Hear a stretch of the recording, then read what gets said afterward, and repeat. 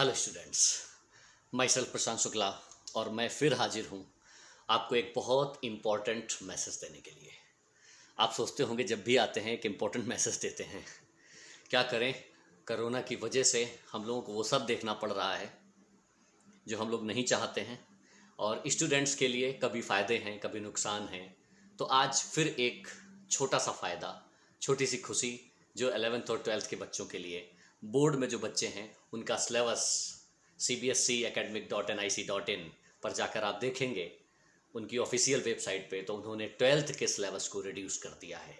यानी कि पूरा रिवाइज शेड्यूल हो गया है। बोर्ड के बच्चों के लिए एक खुशखबरी कि बोर्ड के बच्चे अगर उन चैप्टर्स को नहीं पढ़ेंगे तो कोई नुकसान नहीं है और आसानी से वो पेपर देंगे और कम समय में जल्दी सिलेबस पूरा कर सकते हैं। ठीक है ना। तो मैं आपको बता दूं, यहाँ पर हमारे पास लिस्ट अवेलेबल है कि 11th में कौन कौन से चैप्टर्स रिड्यूस हुए हैं, 12th में कौन कौन से रिड्यूस हुए हैं। अच्छा, एक और इम्पॉर्टेंट, क्या इस रिडक्शन का जेई और नीट पर भी कोई फ़र्क पड़ा है, या कोई नीट का पेपर या जेई के पेपर में कुछ चैप्टर्स कम हो जाने चाहिए, ये सारी बातें आज हम करने वाले हैं। ठीक है ना। तो मैं आपको बता दूं, सबसे पहले 11 सीबीएसई की अगर मैं बात करूं तो 11 सीबीएसई में we have 7 chapters in physical chemistry, और वो 7 के सातों chapters I have some basic concepts of chemistry. पहला chapter structure of atom, classification of elements and periodicity in properties and states of matter, chemical thermodynamics, equilibrium and redox. Sorry, equilibrium तक हो गया ना, 7 chapters. Yes, these 7 chapters already हैं, इनमें से कोई chapter नहीं हटाया गया है।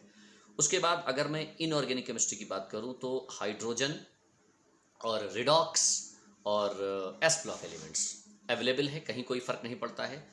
और ऑर्गेनिक केमिस्ट्री में some basic concepts of chemistry, principle and techniques and hydrocarbon, ये भी हमारे पास चैप्टर्स अवेलेबल हैं। यानी कि ओवरऑल अगर देखा जाए तो 11th के किसी भी चैप्टर को नहीं हटाया गया है।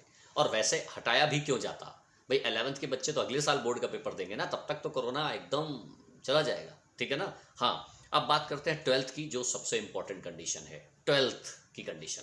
12th में देखिए, फिजिकल केमिस्ट्री में 5 चैप्टर हैं और पांचों चैप्टर्स में solid state, solution, electrochemistry, kinetics and surface chemistry, ये पांचों चैप्टर्स अवेलेबल हैं। इनमें से एक भी चैप्टर नहीं हटाया गया है।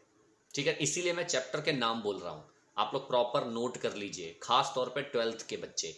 11th में कोई सिलेबस रिडक्शन नहीं है, इसलिए 11th में कोई टेंशन नहीं है। एनसीईआरटी जितने भी हैं सारे चैप्टर्स अवेलेबल हैं। 12th में 5 फिजिकल केमिस्ट्री के चैप्टर्स अवेलेबल हैं। इनऑर्गेनिक में केवल और केवल पी ब्लॉक, वही पी ब्लॉक हमारे पास बोरॉन फैमिली, कार्बन फैमिली के बाद nitrogen family, oxygen family, halogen family, inert gases, वो 4 फैमिलीज। उसके अलावा D and F block, yes, हमारे सिलेबस में है, और कोऑर्डिनेशन केमिस्ट्री, दैट्स इट। मतलब P block, D and F block and coordination chemistry, that's it. बस इनऑर्गेनिक में इतना ही है।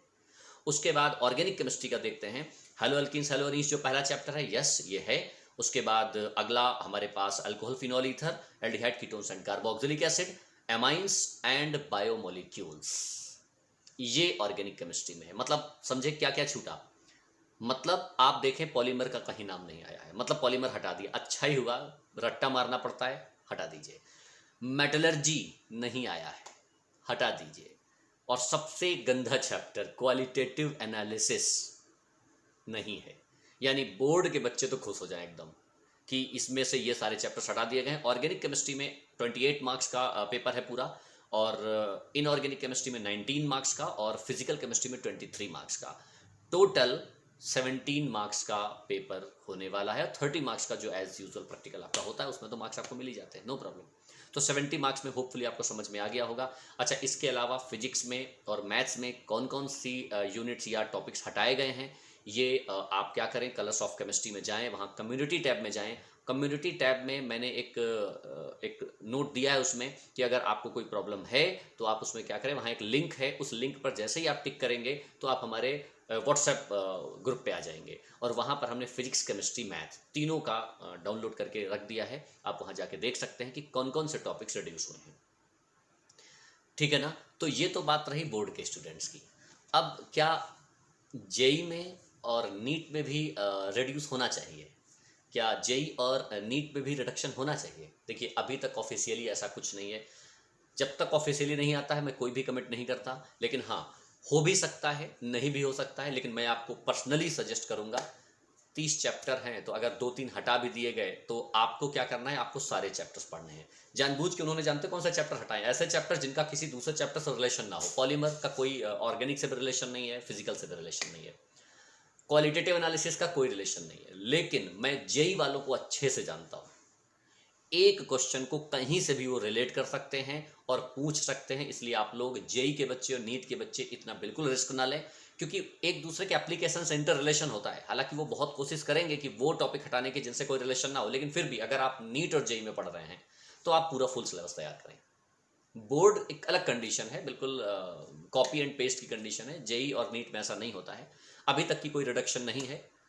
होपफुली अगर रिडक्शन आएगा तो मैं अपडेट कर दूंगा, लेकिन अभी जेई और नीट वाले बच्चे सारी की सारी तैयारी करें। लेकिन हाँ, बोर्ड वाले इन चैप्टर्स को छोड़ सकते हैं, ठीक है ना। तो होपफुली आपको समझ में आ गया होगा, और अगर फिर भी देखना चाहते हैं तो आप कम्युनिटी टैब में जाके देख सकते हैं, और फिजिक्स और मैथ्स की भी चीज़ें वहाँ पर देख सकते हैं, ठीक है ना।